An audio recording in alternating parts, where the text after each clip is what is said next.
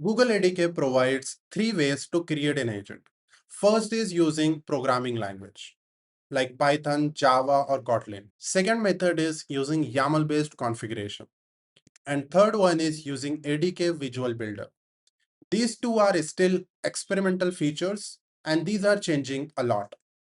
But we can see the direction in which ADK is moving.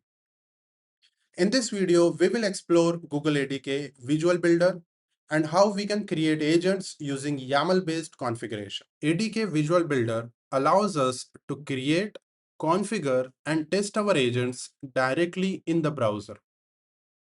So first thing we have to do is make sure we have this .env file placed in our working directory, and it should contain the Gemini API key, which is coming from Google AI Studio. You can refer the previous video for this. Then run ADK web command. This will start the ADK web interface on this URL. Just copy this URL, go to your browser. That's it. So this is the ADK web interface. Now to create an agent, go here, select an app. There are no agents available right now for us, but here we can do create a new agent. I'm going to name it research agent create. So we can select the models, Gemini 2.5 Flash, 2.5 Pro. We can provide the instructions here. You are the root agent that coordinate other agents. Instead, I'll write you are a helpful research agent. Gather the information and give me final report. You can also give the instructions. You are a helpful research agent. That's good enough for now. We can also add tools. Google ADK comes with built-in tools. One of them is Google Search. So this research agent will be able to search on Google, find the relevant information, and collect and prepare the final report for us. So I'll just add this Google search tool. And we can also select sub-agents, LLM agent, sequential agent, loop agent, or parallel agent. Don't worry about others. We will look into this more detail in the next videos.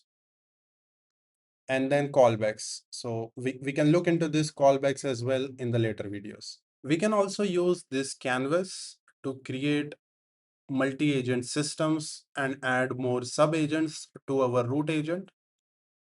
And we also have this assistant here, which is ADK Builder Assistant.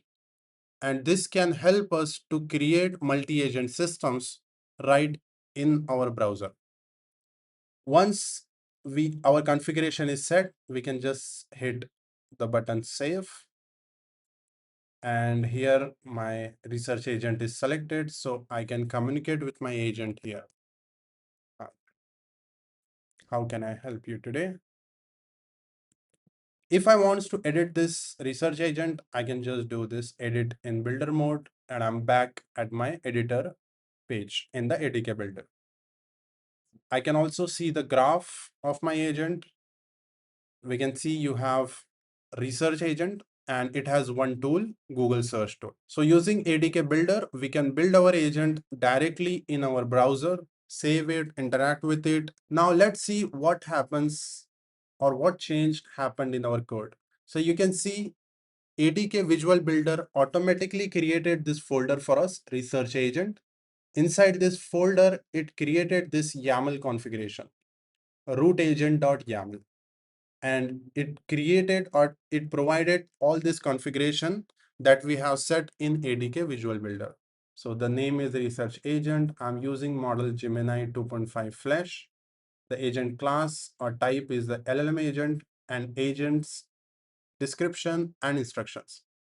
I can update this configuration here as well in the YAML, and those updated configuration will be reflected in my Visual Builder. So there are two ways. I can update or edit my configuration or my agent here in the Visual Builder or through my YAML file directly. So you can see the Visual Builder is very powerful, and it is important to understand its limitations as well. Not every ADK feature is currently available through YAML configuration or through ADK Visual Builder. So some advanced configuration still needs programming like Python or Java. For learning, prototyping, and simple workflows, the Visual Builder works great. For highly customized production system, you will eventually move into code.